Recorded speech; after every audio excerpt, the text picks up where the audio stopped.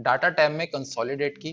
Consolidate हम तीन प्रकार से निकाल सकते हैं। हम सेम वर्कबुक पे मल्टीपल शीट्स में से डाटा लेकर उसका कंसोलिडेट कर सकते हैं, या मल्टीपल वर्कबुक्स में से सेल्स का रेफरेंस लेकर कर सकते हैं, या मल्टीपल वर्कबुक से ब्राउज बटन का यूज करके कर सकते हैं। हम तीनों के बारे में स्टेप बाय स्टेप बात करते हैं। पहले बात कर लेते हैं कंसोलिडेट है क्या। कंसोलिडेट का मतलब है कि डाटा अगर आपके पास 2-3 शीट्स में दिया गया है और उस डाटा का नेचर सेम है, यानी सिमिलर डाटा है, तो आप उन सारों का अलग अलग शीट्स से इकट्ठा सम या एवरेज या काउंट निकाल सकते हैं। और कई बारी क्या होता है कि आपको डाटा अलग अलग लोग सप्लाई करते हैं, लेकिन वो जो डाटा का फॉर्मेट होता है वो सेम होता है, और इवन रोज एंड कॉलम्स के हेडर्स भी सेम है, और आप चाहते हैं कि उन सारे के सारे डाटा का सम या एवरेज या काउंट या स्टैंडर्ड डेविएशन एक साथ आप निकाल सकें, तो उसके लिए हम कंसोलिडेट करते हैं। तो अभी हम बात कर रहे हैं सेम वर्कबुक में मल्टीपल शीट्स से डाटा को कंसोलिडेट कैसे करें। मेरे पास इस पर्टिकुलर वर्कबुक में 3 अलग अलग लोकेशन का डाटा है। ये लोकेशन 1 का जनवरी फरवरी मार्च का एक्सपेंस एंड इनकम का डाटा है, ये लोकेशन 2 का जनवरी फरवरी मार्च का एक्सपेंस एंड इनकम का, और ये लोकेशन 3 का जनवरी फरवरी मार्च का एक्सपेंस एंड इनकम का। तो डाटा का नेचर आपने देख लिया, सेम है, सेम हेडर्स हैं और सेम टाइप का डाटा है। अब आप चाहते हैं कि इन तीनों लोकेशंस का डाटा आप सिर्फ मेन ऑफिस वाले में कंबाइंड कर दें और तीनों का सम एक साथ यहां पर आपको मिल जाए, क्योंकि आप देखना चाहते हैं कि टोटल तीनों ऑफिस का मिलाकर एक्सपेंस और इनकम कितना है। तो आपको सिंपली मेन ऑफिस वाली शीट पर जाना है, यहां पर क्लिक करना है, जिस पर्टिकुलर सेल में आप डाटा कंसोलिडेट करना चाहते हैं वहां पे क्लिक करेंगे, कंसोलिडेट पे क्लिक करेंगे और उसके बाद डाटा को सिलेक्ट करेंगे जहां से आपने लेना है। जैसे अभी मुझे लोकेशन 1 से लेना है, तो मैं लोकेशन 1 पे उस पर्टिकुलर डाटा को सिलेक्ट करूंगा, इसको ऐड कर लेंगे। उसके बाद लोकेशन 2 से लेना है, तो लोकेशन 2 पे इस पर्टिकुलर डाटा को सिलेक्ट करेंगे, ऐड कर लेंगे। फिर लोकेशन 3 से लेना है, लोकेशन 3 से उस पर्टिकुलर डाटा को सिलेक्ट करूंगा और इसको भी ऐड कर लेंगे। ये लोकेशन 1, 2 एंड 3 ये मेरी शीट्स के नाम है। ये देखिए नीचे लिखा है लोकेशन 1, लोकेशन 2, लोकेशन 3, उन्हीं शीट्स के नाम यहाँ पर आ गए हैं। उसके बाद मुझे पता है कि इन तीनों शीट्स में एक सिमिलैरिटी है, वो ये है कि टॉप रो में हेडर है और लेफ्ट कॉलम में हेडर है। आप देख सकते हैं ये वाले भी हेडर्स हैं और ये भी हेडर्स हैं। तो मैं टॉप पे और लेफ्ट पे दोनों पे क्लिक कर दूंगा और उसके बाद मेन ऑफिस में जाके इस डाटा को कंसोलिडेट कर दूंगा, ओके कर दूंगा। यहाँ मेरे पास एक ऑप्शन और रहता है, create links to source data. इसका मतलब ये होता है कि अगर ओरिजिनल डाटा यानी लोकेशन 1 और 2 और 3 इन तीनों डाटा में कुछ चेंज होता है तो उसका असर यहाँ पर दिखे या ना दिखे। अगर मैं इसको टिक लगा देता हूं तो ये सोर्स डाटा से लिंक्ड हो जाएगा, यानी वहां पे अगर कुछ अपडेट होगा तो यहाँ पे भी अपडेट होगा, जैसा कि हमने गेट एंड ट्रांसफॉर्म डाटा में फ्रॉम वेब वाले में और फ्रॉम एक्सेल वाले में देखा था। तो ऐसा करके इसको ओके कर देंगे। अब देखिए यहाँ जो डाटा आ रहा है ये इन तीनों का सम है। आप चाहें तो एवरेजेस भी निकाल सकते हैं, काउंट निकाल सकते हैं, प्रोडक्ट निकाल सकते हैं, बहुत कुछ निकाल सकते हैं। उसके लिए आपको यहाँ पे फंक्शन सेलेक्ट करना है, जैसे मैंने इस पर्टिकुलर केस में सम का फंक्शन लिया है। अगर आप इसके अलावा कोई फंक्शन लेंगे तो आपको वो मिल जाएगा डाटा। अगर मुझे एवरेज निकालनी है तो यहाँ पे मैं सिंपली एवरेज का फंक्शन सेलेक्ट करूंगा और इसको ओके कर दूंगा। तो आप देखिए ये एवरेज आ गई है, ये उन तीनों लोकेशंस के डाटा की एवरेज है। लेफ्ट साइड पे आपको ये ग्रुप्स बने नजर आएंगे, आप इनमें से किसी भी ग्रुप को खोलेंगे तो आप देखेंगे कि तीनों लोकेशंस का डाटा सेपरेटली आपको यहाँ दिख जाएगा। अब यही वैल्यूज थी 12667, 13887, आप देख सकते हैं 12667। लोकेशन 2 पे जाते हैं तो 13887। तो इन तीनों वैल्यूज का यहाँ पर आपको एवरेज दिख रहा है 12184। अगर मैं यहाँ पे इसको सिलेक्ट करके आपको दिखाता हूँ तो अब देखिए एवरेज इतना ही बनता है 12184। उसी तरह से फरवरी का और मार्च का भी आपको सेपरेट भी दिख सकता है, क्योंकि ये ग्रुप्स बन गए हैं। आप इन ग्रुप्स को खोल सकते हैं या बंद कर सकते हैं। तो ये तो था कि अगर आपको सेम वर्कबुक में मल्टीपल शीट से डाटा लेना है। अब हम बात करते हैं कि अगर डाटा आपका सेम वर्कबुक में नहीं है, मल्टीपल वर्कबुक्स में है। ऐसा कब होता है? जब डाटा भेजने वाले बहुत सारे लोग होते हैं। अब मान लीजिए आपके 5 ऑफिस हैं और 5 ऑफिस में आपने एक्सेल का फॉर्मेट दे रखा है। उन्होंने उस एक्सेल को फिल करके, उस फॉर्मेट को फिल करके आपको मेल कर दिए। अब आपके पास सभी के सभी ऑफिस लोकेशन से एक्सेल मेल पर आ गई है या किसी और मोड से आ गई है। तो अब आप उस सारे डाटा को इंडिविजुअली अलग अलग करके कॉपी पेस्ट नहीं करना चाहते, बिकॉज उसमें आपका टाइम बढ़ेगा। तो आप चाहते हैं कि वो सारा का सारा डाटा एक साथ कंसोलिडेट हो जाए। तो आइए करते हैं, इस मेन ऑफिस वाले डाटा को अभी क्लियर कर लेते हैं। हमारे पास यहाँ ये 3 लोकेशंस का डाटा है। इन तीनों एक्सेल फाइल्स को मैं खोल लेता हूँ। उसके बाद डाटा पे जाएंगे, कंसोलिडेट पे क्लिक करेंगे, यहाँ से फंक्शन सेलेक्ट करेंगे जो भी आपने लेना है, सम एवरेज।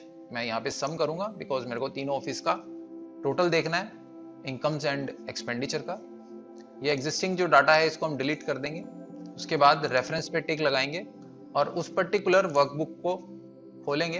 अब जैसे लोकेशन 1 वाली वर्कबुक से मेरे को डाटा उठाना है, तो लोकेशन 1 वाली वर्कबुक को मैंने खोला है और यहाँ पे जाके मैंने इस पर्टिकुलर डाटा को सिलेक्ट कर लिया है। सिलेक्ट करके मैंने ऐड किया है। अब देखिए यहाँ पर लोकेशन 1 उस एक्सेल का नाम भी लिखा आ गया और रेफरेंस भी लिखा आ गया कि कहाँ से कहाँ तक का डाटा हमने सिलेक्ट किया। अब ये A1 से लेकर C4 तक का डाटा सिलेक्ट हो गया है। उसके बाद मुझे दूसरी एक्सेल लेनी है, लोकेशन 2। लोकेशन 2 वाली वर्कबुक पे जाऊंगा मैं। अब लोकेशन 2 मैंने खोल ली, वहां पे जाके डाटा को मैंने सिलेक्ट किया और इसको भी ऐड कर दिया। उसके बाद लोकेशन 3 पे मैं जाऊंगा। लोकेशन 3 पे गया, वहां से मैंने डाटा को सिलेक्ट किया और उसको ऐड कर दिया। अब ये तीनों मैंने ऐड कर लिए।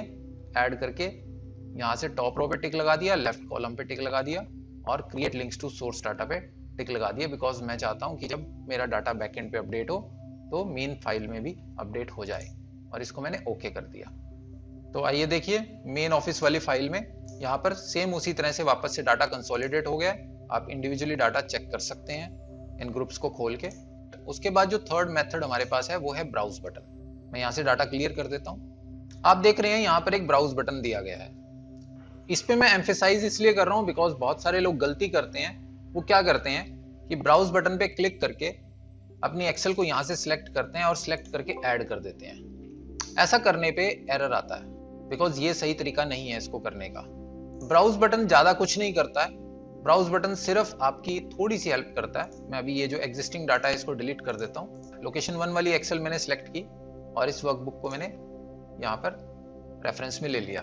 अब उसका पूरा एड्रेस यहाँ पर आ गया है। उसके बाद यहाँ पे आपको क्लिक करना है, यानी इस पर्टिकुलर एड्रेस के बाद यहाँ पे आपको क्लिक करना है। क्लिक नहीं करेंगे तो भी दिक्कत आएगी, वो बताता हूँ अभी क्या होगा। क्लिक करने के बाद आपको अपनी मेन शीट में से ही रेफरेंस ले लेना है। जैसे ये मेन ऑफिस वाली शीट है, अब मैं उस पर्टिकुलर शीट पे नहीं जाऊंगा, लोकेशन 1 वाली पे, इस पे नहीं जाऊंगा मैं अपनी मेन शीट में से ही, यानी जहां पर मुझे डाटा इंपोर्ट करना है वहीं से ही मैं रेफरेंस ले लूंगा। वहां से कैसे लूंगा? अब मुझे पता है कि वहां पर टोटल 3 कॉलम्स थे और 3 ही रोज थी या 4 रोज थी, जितनी भी मुझे पता है। तो इस तरह से यहाँ पे मैंने डायरेक्ट रेफरेंस ले लिया। अब आप देखिए वहां पे हमने सिलेक्ट यही किया था, A1 से लेकर C4 तक का एरिया ही सिलेक्ट किया था। आप चाहें तो इसको टाइप भी कर सकते हैं या आप अपनी एग्जिस्टिंग शीट से रेफरेंस ले सकते हैं। अल्टीमेटली हमारा काम यही है कि हमने रेफरेंस सही देना है और उसको मैं ऐड कर लेता हूँ। अब देखिए वही चीज आ गई है लोकेशन 1 में A1 से लेकर C4। उसके बाद ब्राउज लोकेशन 2। अब मैं जो आपको बता रहा था कि अगर आप यहाँ पे क्लिक नहीं करेंगे तो होगा क्या, देखिए यहाँ पे जैसे ही मैं एरिया को सिलेक्ट करता हूँ तो वो जो एड्रेस है वो यहाँ से अब डिलीट हो गया बिकॉज वो सिलेक्टेड था। तो आपको करना क्या है कि इसको आप लेंगे, सिलेक्ट करेंगे, उसके बाद यहाँ पे क्लिक करेंगे। क्लिक करने के बाद यहाँ से आप रेफरेंस लेंगे और ऐड कर देंगे। सेम वही चीज आ गई है जैसा पिछले केस में था। उसके बाद लोकेशन 3 लेंगे और यहाँ पे क्लिक करके आप इसको ऐड कर लेंगे। इतना करने के बाद आपको ओके करना है। लेकिन ओके करने से पहले एक चीज का ध्यान रखना है। वो ध्यान क्या रखना है? ये तीनों शीट्स बैकग्राउंड में ओपन होनी चाहिए, 1, 2 एंड 3। अगर ये ओपन नहीं है, अभी देखिए क्लोज भी नहीं मुझे करने दे रहा है बिकॉज ये बाइंडेड हैं शीट्स। लेकिन मैं आपको बता देता हूँ अगर ये क्लोज है, तीनों में से कोई एक शीट भी क्लोज है, तो आपका ये कंसोलिडेट नहीं होगा डाटा, यहाँ पर एरर आ जाएगा। तो हमने जैसे ही ओके किया तो यहाँ पर डाटा आ गया है। यहाँ पर वही देखिए ग्रुप्स बन गए हैं, यानी तीनों शीट्स का डाटा सेपरेट आप देखना चाहें तो इस तरह से देख सकते हैं, इस प्लस के साइन पे क्लिक करके। और अब इसमें कंसोलिडेट में हम लास्ट बात कर लेते हैं डाटा अपडेशन की। अब ये मेन ऑफिस वाला डाटा है। अभी देखिए आप इस वैल्यू को याद रख लीजिए। मैं इसको क्लोज कर रहा हूँ। अब लोकेशन 1 वाली वैल्यू को मैं किसी भी एक वैल्यू को एडिट कर देता हूँ, इस पर्टिकुलर को, बिकॉज इसी को हमने याद किया है। तो 12667 की जगह 13456 कर रहा हूँ एंड कंट्रोल एस सेव कर लेता हूँ और मेन ऑफिस वाली एक्सेल खोलूंगा। अब जैसे ही आपने खोली तो प्रॉम्प्ट आ रहा है कि क्या आप डाटा को अपडेट करना चाहते हैं। मैं जैसे ही अपडेट करूंगा देखिए ये डाटा अपडेट हो गया, 37343 हो गया। अब पहले वो कुछ और था, पहले वो 36554 था, और जैसे ही मैंने यहाँ पे डाटा अपडेट किया अब वो यहाँ पर भी साथ के साथ अपडेट हो जा रहा है 37343, यानी ये लाइव चलेगा। जैसे ही आप एग्जिस्टिंग किसी शीट को चेंज करेंगे, मान लीजिए इसे 0 कर देता हूँ और सेव करता हूँ, सेव करते ही उसका जो इफेक्ट है यहाँ पे रिफ्लेक्ट करेगा। तो इस तरह से जो भी चेंजेस होंगे वो लाइव आपको दिखते रहेंगे अगर हमने create link to source data किया हुआ है। अगर नहीं किया तो कोई भी चेंज नहीं नजर आएगा। उसके बाद इसमें ये जो दो ऑप्शंस दिए गए हैं, relationships and manage data model, ये बेसिक एक्सेल का पार्ट नहीं है, ये डीबीएमएस से रिलेटेड है। इस पर्टिकुलर ऑप्शन पे क्लिक करने पे वो पावर पाइवट विंडो ओपन हो जाएगी, जहाँ पे आप डाटा को एक एडवांस लेवल पे देख सकते हैं।